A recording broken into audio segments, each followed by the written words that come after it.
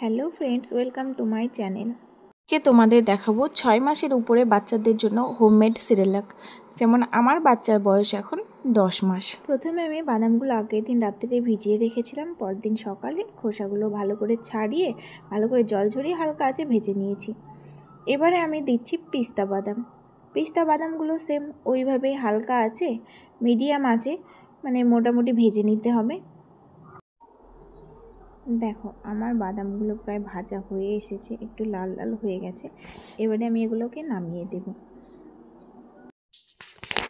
এগুলো আবার ভাজা হয়ে গেছে, নামিয়ে নেব। এরপরে আমি পরিমাণ মতো একই মাপে নিয়ে নিয়েছি কাজু।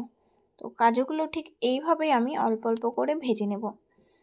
তো যখনই তোমরা এগুলো ভাজবে, ভাজার সময় অবশ্যই মিডিয়াম ফ্লেমে ভাজবে, খুব জোর দেবে না। কাজুগুলো দেখো আমার মোটামুটি ভাজা হয়ে এসেছে। এবারে আমি নিয়ে নিচ্ছি একই মাপে মাখানা। তো মাখানাটা যেহেতু ফোলা, আমি একটু বেশি নেব। ওই মাপে নিলে হবে না, একটা আন্দাজ মতো করে তোমরা নিয়ে নেবে। তো মাখানাটাও সেম আমি লো ফ্লেমে একটু ভেজে নিচ্ছি হালকা মিডিয়াম আঁচ দিয়ে। তো এভাবে আস্তে আস্তে দেখো ভাজা হয়ে এসেছে। আমি সবগুলো একটা প্লেটের উপরে দিয়ে সেগুলো কিছুক্ষণ ঠান্ডা হতে দেব। ঠান্ডা হবার পর এগুলোকে আমি একসাথে মিক্সচারে দিয়ে দিচ্ছি। এবারে আমি সবগুলো একসাথে মিক্সচারে দিয়ে তো আমি ডাস্ট করে নেব। আমি এর মধ্যে একটা জিনিস অ্যাড করিনি এই মুহূর্তে, তোমরা সবাই দেখছো ওটস, যেটা আমি দিইনি এর মধ্যে।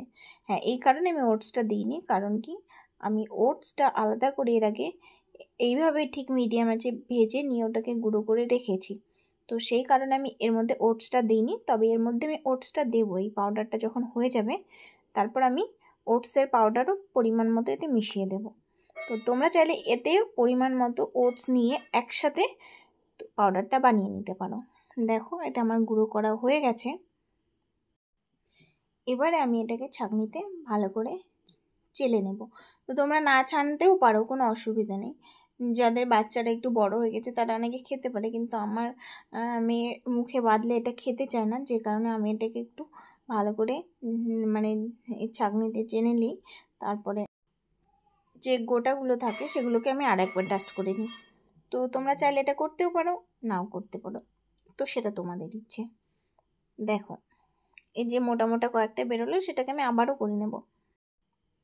তো এটা হচ্ছে এই সেরেলাকটা বাচ্চাদের জন্য সত্যি খুব পুষ্টিকর, হেলদি, আর হচ্ছে তোমার ব্রেন ডেভেলপমেন্টের জন্য তো খুবই ভালো। তো তোমরা তোমাদের বাচ্চার জন্য, এই যে আমি বলেছিলাম আমার ওটসের পাউডারটা আগে থেকে করা আছে, তো আমি পরিমাণ মতো ওটস এতে মিশিয়ে নিয়েছি।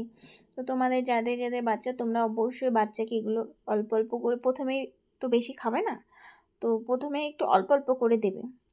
আমার সব কিছু রেডি করার পর একটা কাচের জার হলে খুব ভালো হয়, না হলে একটা পরিষ্কার প্লাস্টিকের জারে তোমরা রাখতে পারো এটাকে স্টোর করে। বেশ কয়েকদিন তোমরা এটাকে স্টোর করে রেখে খাওয়াতে পারো।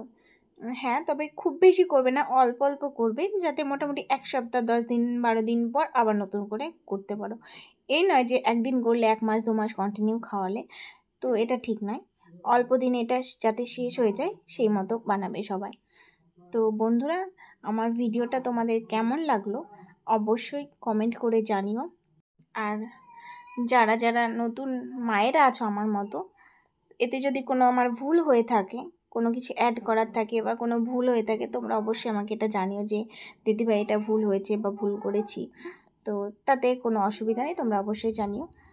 আমার চ্যানেলটিকে প্লিজ সাবস্ক্রাইব করে দিও, লাইক কমেন্ট শেয়ার করো।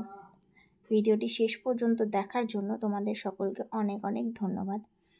সবাই ভালো থেকো, দেখা হচ্ছে নেক্সট ভিডিওতে।